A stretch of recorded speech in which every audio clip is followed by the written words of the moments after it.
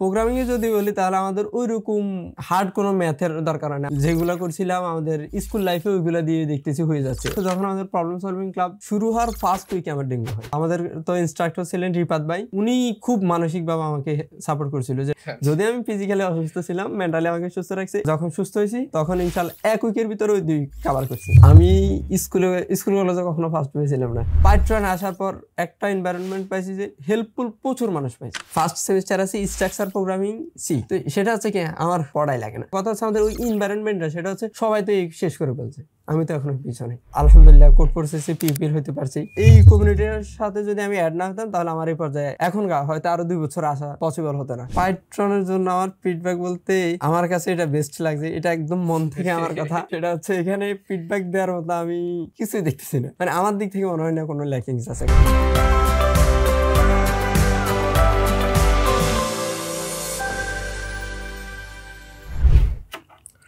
কি অবস্থা ভাই, কেমন যাচ্ছে দিনকাল? এই তো ভাই আলহামদুলিল্লাহ, আপনি কেমন আছেন ভাই? এই তো মোটামুটি আলহামদুলিল্লাহ ভালো আছে। আমরা তো ওই যে নায়ক আলমগীরকে চিনি, যার জীবনে অনেক স্ট্রাগল। তোমার জীবনে স্ট্রাগল আছে কিনা কে জানে, দেখা যাক। আজকে আমরা তোমার কাছ থেকে তোমার স্টোরিটা জানার চেষ্টা করব, বোঝার চেষ্টা করব যে তুমি কীভাবে প্রোগ্রামিংয়ে আসলা, এবং দেন প্রোগ্রামিং থেকে আবার প্রবলেম সলভিংয়ের মতো একটা খুবই কি বলে এটাকে সফিস্টিকেটেড একটা জিনিসের ভিতরে তুমি ঢুকে পড়ছো। তো যাই হোক, সবার শুরুতে আলমগীর ভাই তুমি যদি ছোট করে তোমার একটা ইন্ট্রোডাকশন দিতে। আমার নাম হচ্ছে মোহাম্মদ আলমগীর হোসেন, আমি institute of science trade and টেকনোলজিতে সিএসসি নিয়ে বিএসসি করতেছি, আর আমি হচ্ছে পাইথনের ব্যাচ 3 এর একজন স্টুডেন্ট। এই আর কি। তুমি তোমার ইউনিভার্সিটিতে কোন সেমিস্টারে আছো? আমি ফার্স্ট সেমিস্টারে আছি। ফার্স্ট সেমিস্টারে মানে ফার্স্ট সেমিস্টারে আসছো আর পাইথনের ব্যাচ 3 তে ছিলা? জি ভাই। তুই যে পাইথনের ব্যাচ 3 ভিতরে, আচ্ছা পাইথনের ব্যাচ 3 তে যাওয়ার আগে প্রথমত প্রোগ্রামিং এর সাথে তোমার পরিচয় কবে থেকে, বা সিএসসি সাবজেক্ট কিভাবে চুজ করলা? সিএসসি সাবজেক্টটা হচ্ছে আমার ছোটকাল থেকে আমার একটু সিএসসির প্রতি একটু দুর্বলতা ছিল। আমি হচ্ছে কি এই টেক রিলেটেড সাবজেক্টগুলো আমার কাছে খুব ভালো লাগতো আর কি। তো এর ভিতরে সিএসসিটাই আমার কাছে একটু ভালোই লাগতো, একটু প্রোগ্রামিং করা, বা আমরা তো কম্পিউটারে ছোটবেলা থেকে বুঝতাম যে ওই কম্পিউটার এটা তো আমার অনেক কিছু, একটু ইন্টারেস্টিং, নিজের একটু কিউরিসিটিটা এদিকে একটু বেশি ছিল। ওই দিক থেকে আমার সিএসসি চুজ করা এইচএসসির পরে আর কি। কিন্তু ওই ইউনিভার্সিটিতে আসার আগে কি কখনো কোড করছো নিজে? কোড বলতে আমাদের কোডটা তেমন করা হয় না। সেটা হচ্ছে কি, আমরা এসএসসি 22 বেসের স্টুডেন্ট, তো আমাদের হচ্ছে কি শর্ট সিলেবাসের কারণে আমাদের আইসিটিটা বাদ দিয়ে দেওয়া হয়েছিল। যখনই এর আগে HTML করছিলাম, সি প্রোগ্রামিং শুরু করছি, কিন্তু আমাদেরকে এই শুরু করার 3-4 দিন পরে বলছে যে আমাদের আইসিটি এক্সাম হবে না। এরপর আর করা হয় নাই। তখন তো খুশি হয়ে গেছে? তখন হ্যাঁ খুশি ছিলাম, কারণ একটা সাবজেক্ট দেওয়া লাগবে না। আবার আমি অতটা খুশি ছিলাম না, কারণ আমার এসএসসিতে হচ্ছে আইসিটিতে এ ছিল ভুলবশত, ওই কারণে আমার এ প্লাসটা উঠাইতে একটু টাফ হয়ে যেত। যদি আইসিটিটা থাকতো তাহলে আমার এ প্লাসটা উঠাইতে তখন একটু রিকভার করে ফেলতো। হ্যাঁ, পরে এ প্লাস আসছে ওটাতে, যাক আলহামদুলিল্লাহ। তো এর পরবর্তীতে তুমি ইউনিভার্সিটিতে উঠলা, এবং ইউনিভার্সিটিতে ওঠার পরে কি তুমি প্রথম কোডিং করা স্টার্ট করছো? হ্যাঁ, না আমি ইউনিভার্সিটিতে ওঠার পর না, সেটা হচ্ছে কি আমার এইচএসসির পরে অ্যাডমিশন টেস্টটা দেওয়া হয় নাই কিছু অ্যাক্সিডেন্টলি। তো হচ্ছে কি আমার 2টা পাথ চুজ অপশন ছিল, সেটা হচ্ছে একটা হচ্ছে হয় অ্যাডমিশন টেস্ট, নয়তো অ্যানাদার কিছু।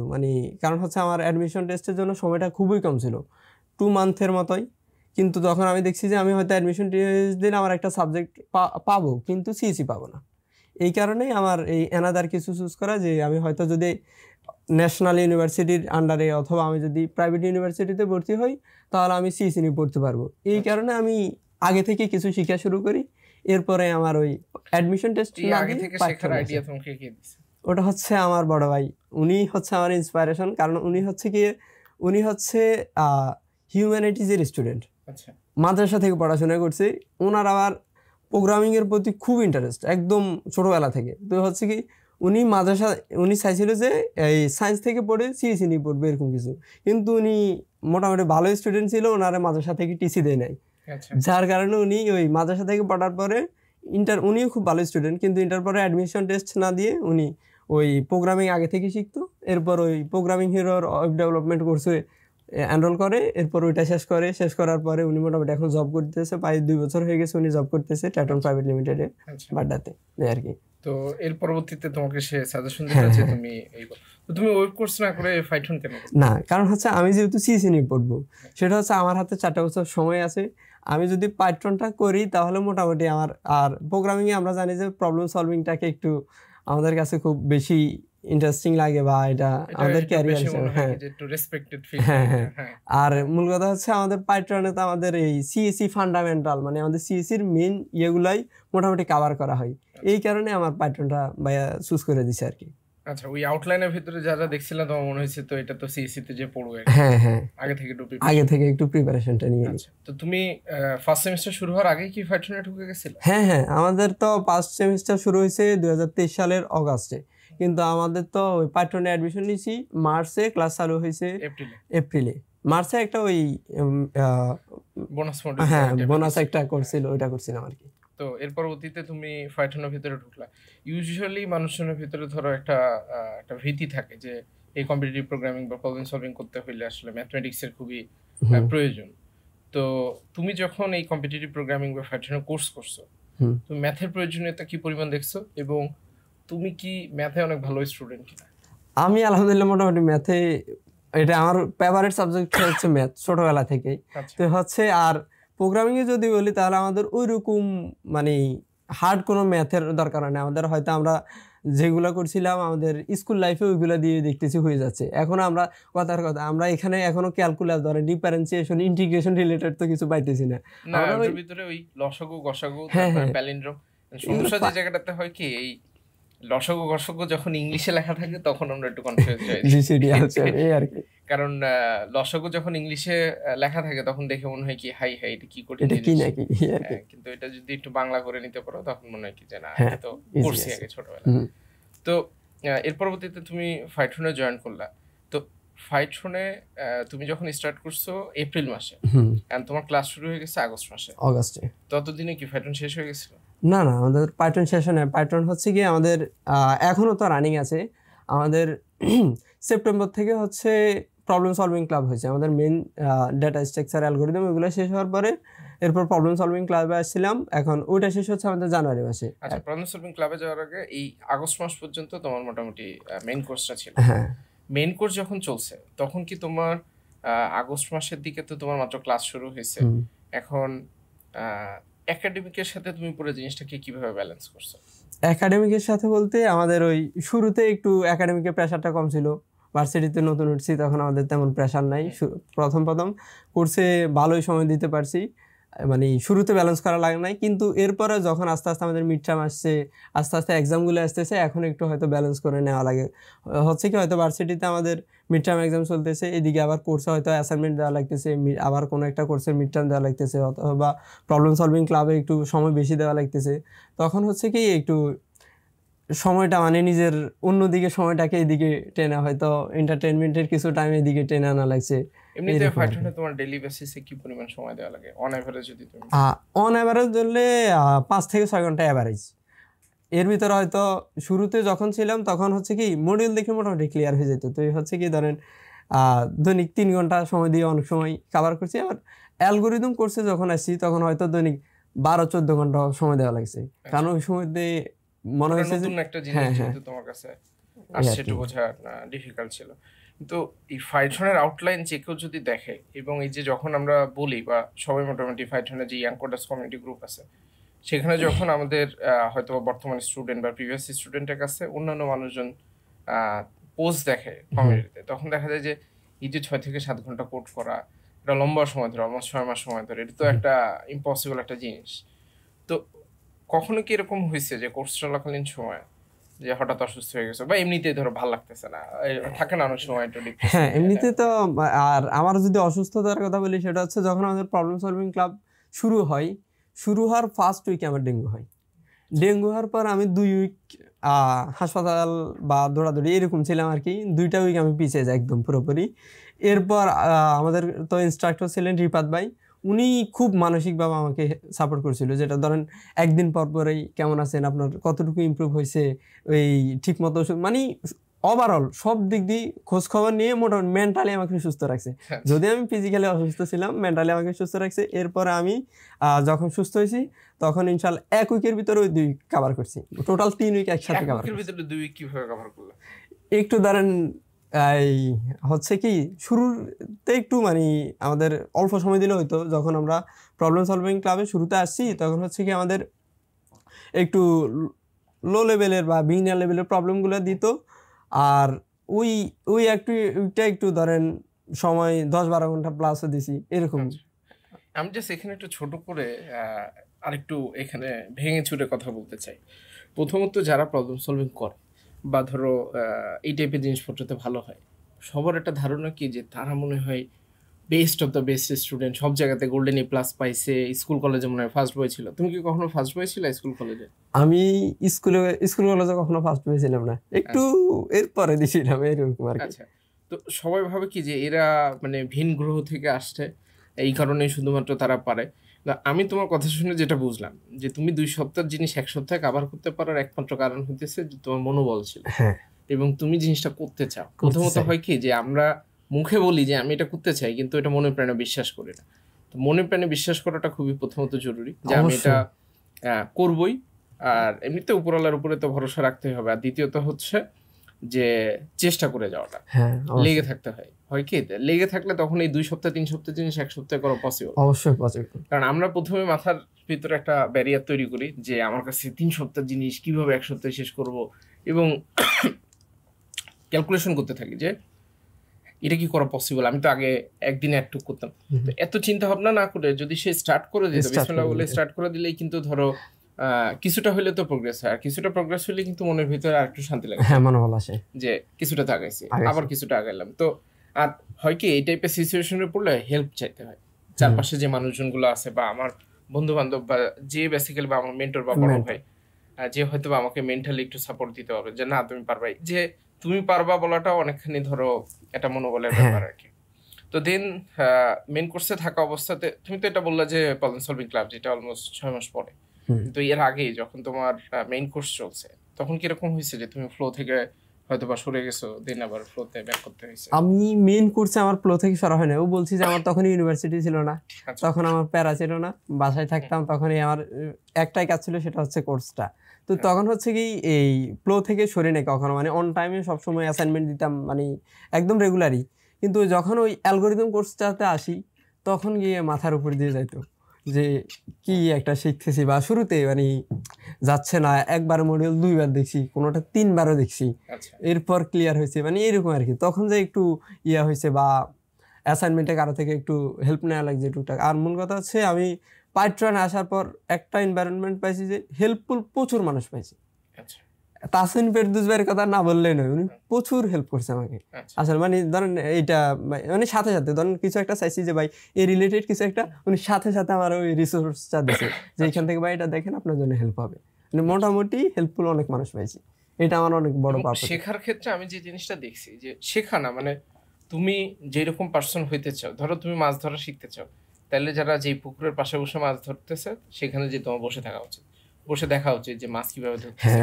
ওটা দেখলেও কিন্তু তোমার ভিতরে শেখার প্রথমত একটা আগ্রহ তৈরি হয়, এবং চোখের সামনে তুমি যখন ভিজিবলি একটা জিনিস দেখতে পাচ্ছ তখন কিন্তু বিহাইন্ড দ্য সিন বা তোমার ব্রেনের ভিতরে কিন্তু এই জিনিসটা চলতেছে যে এই পার্সনটা কিভাবে তুমি অবজার্ভ করতেছো। অবজার্ভ করাটা কিন্তু খুবই খুবই ভিজুয়ালি অবজার্ভ করাটা খুবই খুবই গুরুত্বপূর্ণ। তো সেরকম একটা সিচুয়েশনে তুমি প্রবলেম সলভার হইতে চাও, তাহলে প্রবলেম সলভিং করে এই টাইপের একটা কমিউনিটির ভিতরে ঢোকা উচিত।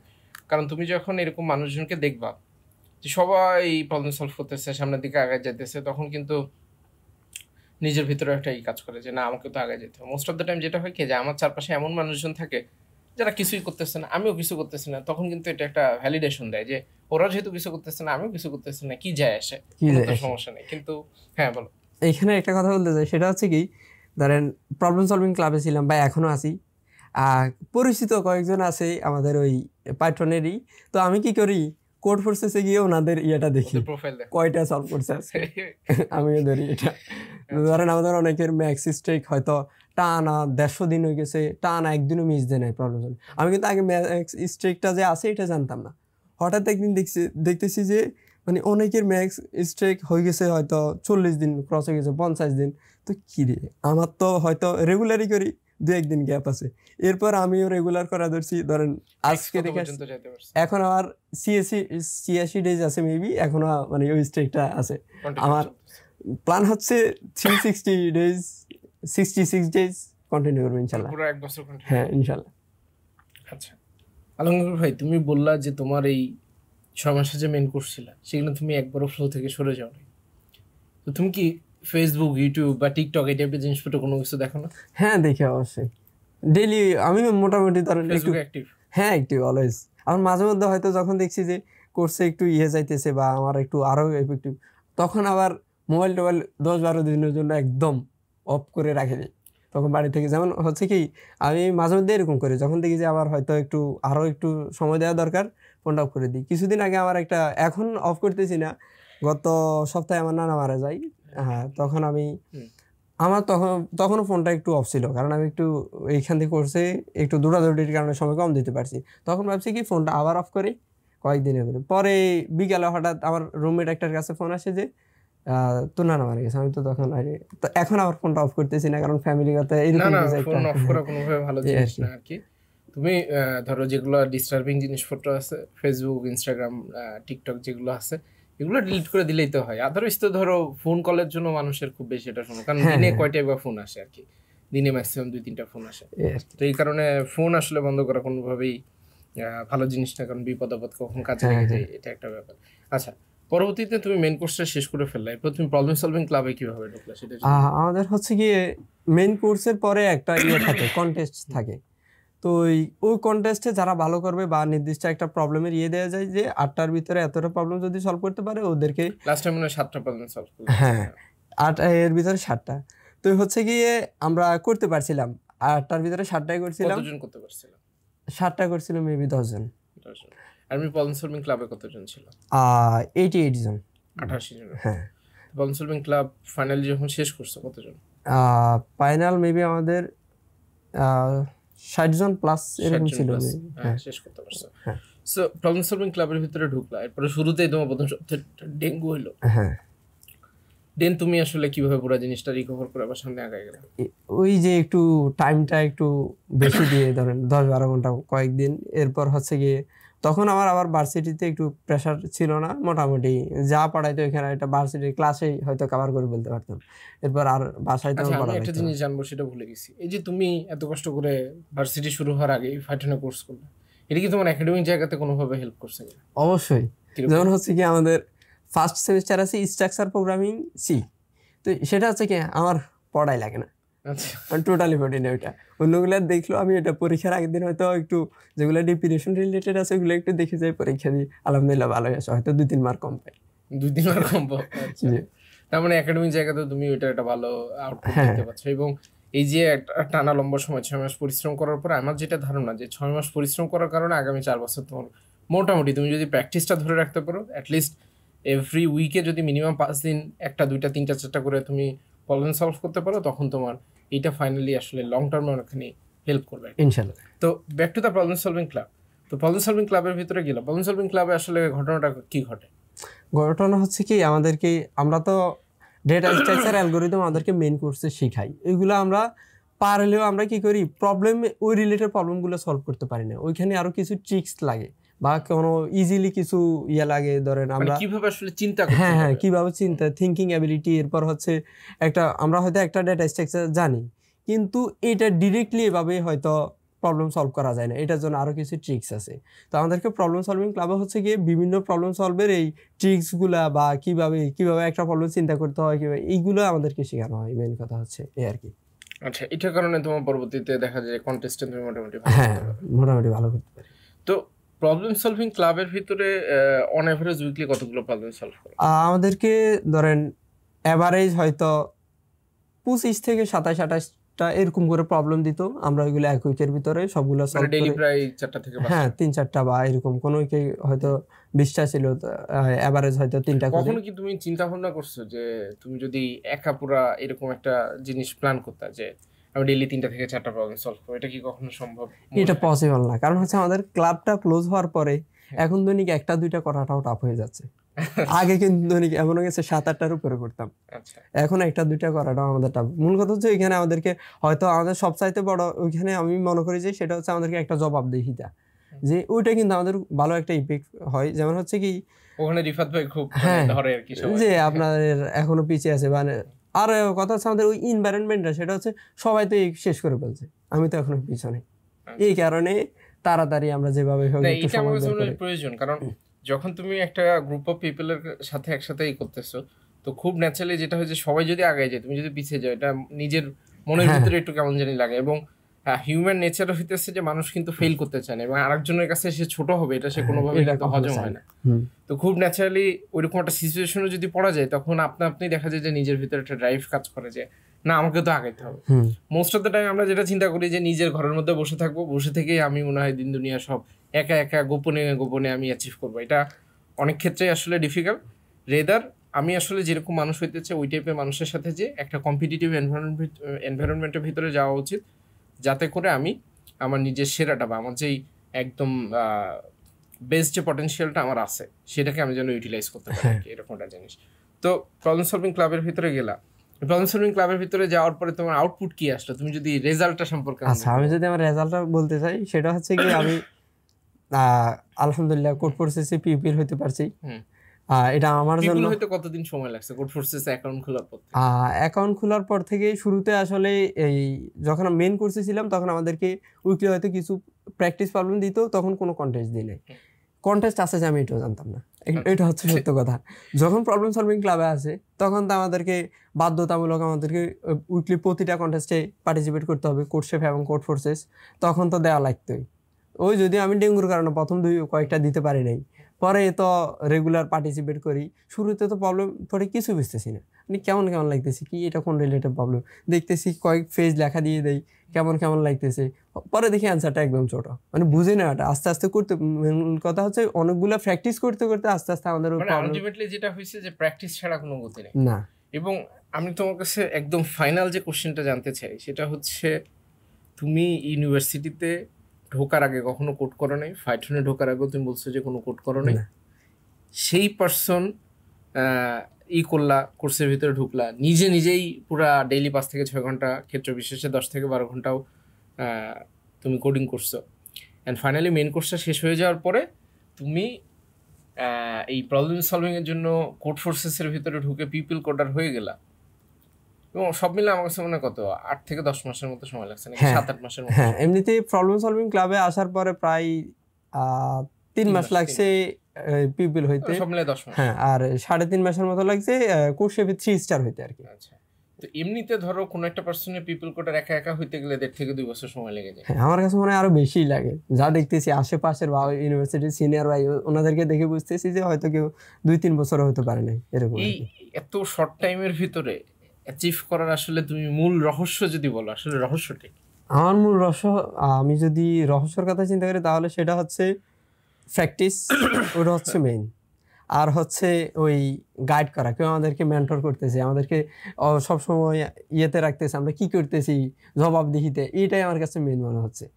অনেকের ভিতরে একটা ধারণা আছে যে এই কোর্সের ভিতরে 1000-1500 স্টুডেন্ট থাকে, তাইলে সবার খোঁজ খবর নিবে কিনা। তো তোমাকে এরকম কখনো মনে হয়েছে যে তোমাকে কখনো খোঁজ খবর, এই এত মানুষের ভিড়ে তোমাদেরকে খোঁজ খবর নিবে কি নিবে না এরকম?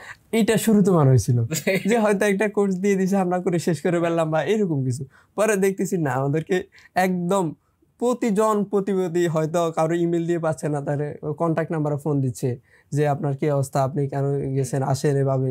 বা এই আমরা নেক্সট টাইম চিন্তা ভাবনা করছি যে ধরো আব্বা আমার নাম্বার নিব আর কি, কারণ স্টুডেন্টরা অনেক সময় ধরো এই আমাদের নাম্বার ব্লক করে দেয়, তো বাপ মার কাছে ফোন দিলে তখন দেখা যাচ্ছে যে ব্লক করবে না আর কি, কারণ সব বাবা মা তো ধরো চায় যে সবাই ভালো করবে আর কি, ওই জায়গাটা থেকে। হ্যাঁ, তো তুমি যেটা বলতেছিলা যে সবার খোঁজ খবর নেয় বা ওইটা যদি কন্টিনিউ করো, সেটা হচ্ছে কি ধরেন ওই আমি যে বলছিলাম আমার ডেঙ্গু হওয়ার পরে রিফাত ভাই 1-2 দিন পরে আমাকে নক করতো, আপনার কি খবর, কতটুকু ইমপ্রুভ হয়েছে, ওষুধ খাচ্ছেন, ঠিক আছে। রিফাত সম্পর্কে যদি একটু বলি, ইউজুয়ালি যেটা হয় মানে রিফাত সম্পর্কে তুমি বলবা, বাট আমি একটু ছোট করে অ্যাড করি, যখনই এই টাইপের খোঁজ খবর নেওয়ার জিনিসপত্র আসে সবাই যেটা ভাবে কি যে মনে হয় কল সেন্টার এক্সিকিউটিভ আছে, ফোন দিয়ে বলে যে হ্যালো স্যার আপনি এটা কোর্স কিনছেন, আপনি তো কোর্স দেখতেছেন না, এই টাইপের। কিন্তু রিফাত ভাই সম্পর্কে তুমি যদি বলতে যে রিফাত ভাই কি কল সেন্টার এক্সিকিউটিভ নাকি রিফাত না ভাই না কে? না, উনি হচ্ছে আমাদের প্রবলেম সলভিং ক্লাবের মেন্টর। উনি আমাদেরকে মানে উইকলি প্রবলেম গুলা দিত বা ইয়ে করতো। তো উনি তো আমাদের সবাইকে জনপ্রতি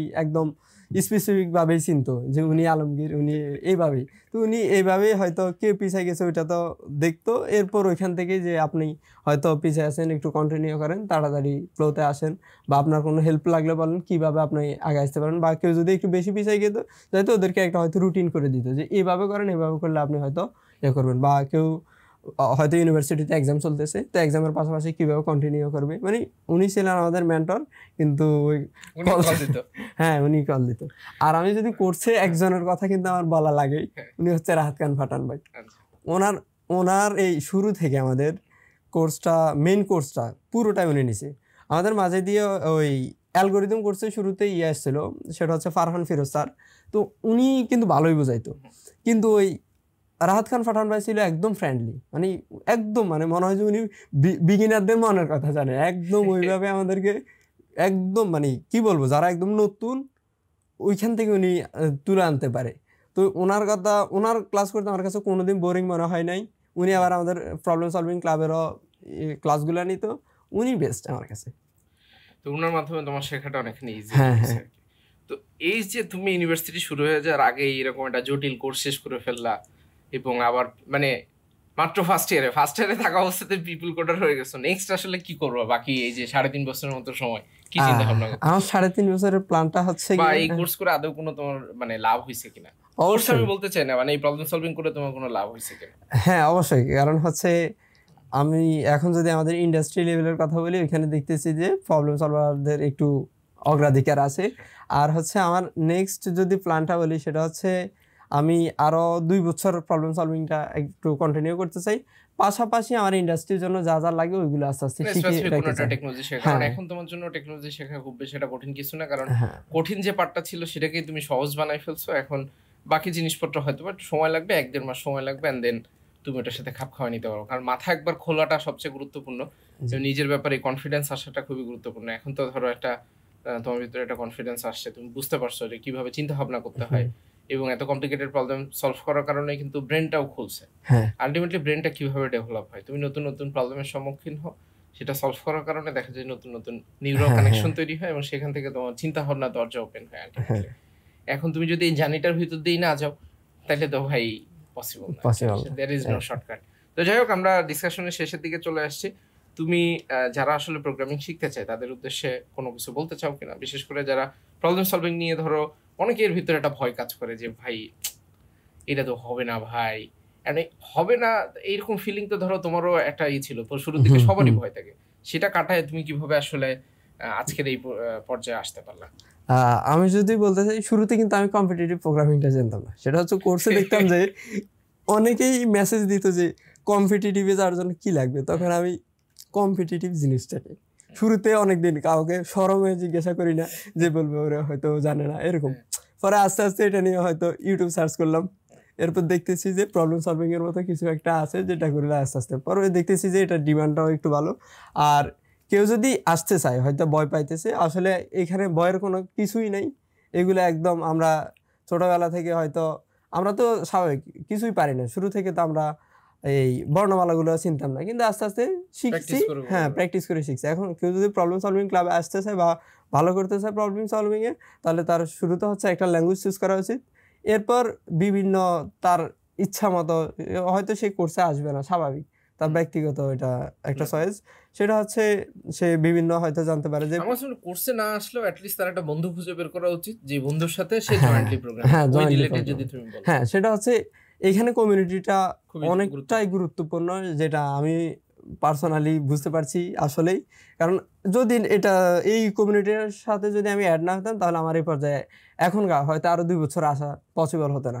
কারণ আমি হয়তো উঠতাম, ভার্সিটির সাথে চলতাম, আমাকে সি প্রোগ্রামিং শিখাইতো ফার্স্ট সেমিস্টারে, এটা শিখতাম আস্তে আস্তে, কারণ আমি তো ওইটা শিখলে তো ভার্সিটিতে ভালো রেজাল্ট হইতেছে, কিন্তু আমার তো এদিকে হইতেছে না, হয়তো স্কিলটা হয়তো তাড়াতাড়ি গ্রোথ হচ্ছে না, এই আর কি। এখন কেউ প্রবলেম সলভিং ক্লাবে আসতে হলে সেটা হচ্ছে শুরুতে তার মাইন্ড সেট আপ একদম, যে আমি করবো, এটা আমার দ্বারা হবেই, শুরুতে এটা মাস্ট থাকা লাগবে, এরপর হচ্ছে ডেডিকেটেড হতে হবে, মানে কনসিস্টেন্ট থাকা হ্যাঁ প্রত্যেকদিন consistent, একটা হ্যাঁ করে প্রতিদিন আমি নিয়ত করছি এটা করবো, এবার যাই হোক আমার সবকিছু বাদ যাক আমি এটা করবো। ওই আমাদের রাহাত খান পাঠানো বলতো যে অন্তত প্রবলেম সলভ না করতে হলে বাসে কোথায় যাইতেছে একটা প্রবলেম বোর্ডে রাখবা, এরকম আর কি, মানে আমি কিছু না কিছু করবোই, আমার স্ট্রেকটা যেন না চড়ে, এই আর কি।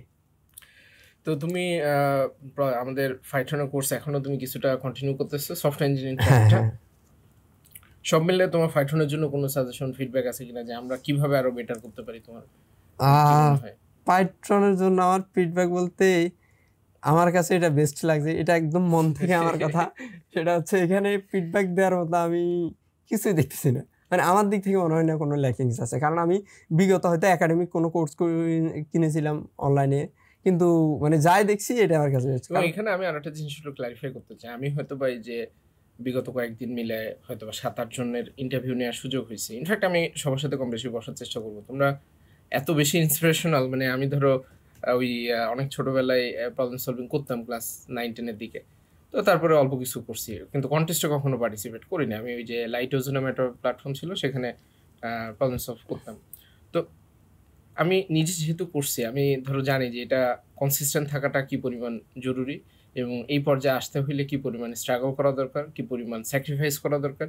এবং আমার কাছে মনে হয় যে প্রথম 1 মাস 2 মাস বা 3 মাস আসলে একটু কঠিন যায়, এখন একবার মোমেন্টামটা তৈরি হয়ে গেলে তখন কিন্তু ধরো নিজের ভিতরে একটা এই যে তুমি এখন ধরো ফিল করতেছো যে আগে ডেইলি 4-5টা প্রবলেম সলভ করতা, এখন 1-2টা হয়তো বা ধরো করা ডিফিকাল্ট হয়ে যেতেছে, বাট করতেছো তো একটা। হ্যাঁ, আর এখন এমন একটা হয়তো দীর্ঘদিন প্রবলেম সলভিং ক্লাবের সাথে থাকতে থাকতে রেগুলার তো প্রবলেম সলভ করতাম, এখন হয়তো যদি প্রবলেম সলভ না করি নিজের কাছে একটা আজকে আমার কোনো একটা মিসিং, হ্যাঁ কিছু একটা মিসিং। মানে এটা কিন্তু আমরা হয় কি আমরা ভাবি যে ব্রেনের কোনো ওয়ার্কআউট প্রয়োজন হয় না, এটা কিন্তু ব্রেনের ওয়ার্কআউট। তুমি ব্রেনকে যত প্রবলেম দিবে, ব্রেন শুরুতে তোমাকে ডিসকমফোর্ট দিবে, বলবে কি না এটা কোনো, কারণ ব্রেন আসলে কোনো কাজ করতে চায় না, ব্রেন চায় ঘুমাইতে, ব্রেন চায় হইতেছে কমফোর্টেবল ভাবে থাকতে, অ্যান্ড দেন তুমি যদি তার কথা মতো চলতে থাকো, এবং ইনফ্যাক্ট ব্রেন আসলে খুবই কমপ্লিকেটেড। ব্রেন কমপ্লিকেটেড কারণ কি, তুমি একদিন দেখবা যে টানা 12-15 ঘন্টা ঘুমাইছো, এরপরে ঘুম থেকে ওঠার পর দেখবে খুব অস্বস্তি লাগতেছে, মানে একটা কাজ করে না যে ইরিটেশন হয় মনে হয়। কিন্তু ভাইরাস তুমি ধরো একদিন একটু কম ঘুম, তখন ব্রেন বলবে কি যে না না ঘুমাইতে ঘুমাইতে, ব্রেন যে কি চায় আমার কাছে মনে হয় ব্রেন নিজেও জানে না। তো ফ্যাক্ট যে জায়গাটাতে যে কিছু সময় আসলে অটো পাইলটে চলা উচিত, আর অটো পাইলটে চলা উচিত মিনস হতেছে ধরো চোখ কান সবকিছু বন্ধ করে দিয়ে একটা নির্দিষ্ট মিনিমাম 6টা মাস সময়ের জন্য, কারণ লাইফটা তো আল্লাহর মতো অনেক বড়, একটা মানুষ ইনফ্যাক্ট 60-70 বছর বাঁচে, সেখান থেকে 6টা মাস সময় তো আসলে খুব বেশি বড় সময় না, এবং 6 মাস সময় আমরা চোখের পলকে বিভিন্ন জায়গাতে হয়তো বা নষ্ট করে ফেলি। এখন সবাইকেই প্রোগ্রামার হইতে হবে, প্রবলেম সলভার হইতে হবে এরকম না, বাট অ্যাটলিস্ট বাংলাদেশের এট দিস মোমেন্ট কিন্তু প্রায় 20,000-এর মতো স্টুডেন্ট কম্পিউটার সায়েন্সের সাবজেক্টে পড়ে বিএসসিতে, এবং গ্র্যাজুয়েট করে প্রত্যেক বছর বের হয়। তো তার মানে অ্যাটলিস্ট তো ট্রাই করে দেখা উচিত যে জিনিসটা কি। কারণ আমি ধরো ঘটনাটা এরকম যে আমি এমবিবিএস পড়বো, কিন্তু আমি কোনোদিন অপারেশন থিয়েটারে যাবো না, আমি কোনোদিন হসপিটালের মধ্যে ঢুকবো না, আমি কোনোদিন কোনো রুগীর সাথে কথা বলবো না, আমি জাস্ট বই পড়বো, বই পড়ে আমি একটা ডিগ্রি নিয়ে বের হয়ে চলবো। এটা তো আসলে হইলো না আর কি। মানে প্রত্যেকটা জিনিসের তো একটা প্র্যাকটিক্যাল এক্সপিরিয়েন্স করে, আর সেইটা কম্পিউটার সায়েন্সের জন্য আমার কাছে মনে হয় প্রবলেম সলভিং, যে তুমি বুঝতেছো যে একটা কম্পিউটার কিভাবে কাজ করে বা কম্পিউটারকে দিয়ে কিভাবে কাজ করানো যায়, সেটা যে একটা প্র্যাকটিস হবে। এবং ইন্টারেস্টিং ফ্যাক্ট হতেছে যে এই যে আমি বিগত কয়েকদিন ধরে 7-8 জনের ইন্টারভিউ নিচ্ছি, সবার হয়তো মনে হইতে পারে যে ভাই অনেক মানুষের ভিতরে আপনি 7-8 জনকে খুঁজে বের করছেন, এটা তো ভাই খুব নর্মাল ব্যাপার। কিন্তু হয়তো তুমিও জানো, এবং ইনফ্যাক্ট ফাইথনের পেজে গেলেও দেখা যাবে যে আমাদের প্রবলেম সলভিং ক্লাবে যতজন জয়েন করে অলমোস্ট আমাদের সাকসেস রেশিও আল্লাহর রহমতে 90%+। সো 90%+ মিনস হইতেছে বিগত আমাদের প্রবলেম সলভিং ক্লাবে ঢুকতে পারছে। প্রবলেম সলভিং ক্লাবের আবার 2টা ব্যাচ আমরা কমপ্লিট হয়েছে, তো সেখানে প্রায় 140 জনের উপরে মিনিমাম 2 স্টার হয়েছে আর কি। তো মিনিমাম 2 স্টার পর্যন্ত যাওয়া তো ধরো আসলে অনেকের জন্য অকল্পনীয় একটা ব্যাপার।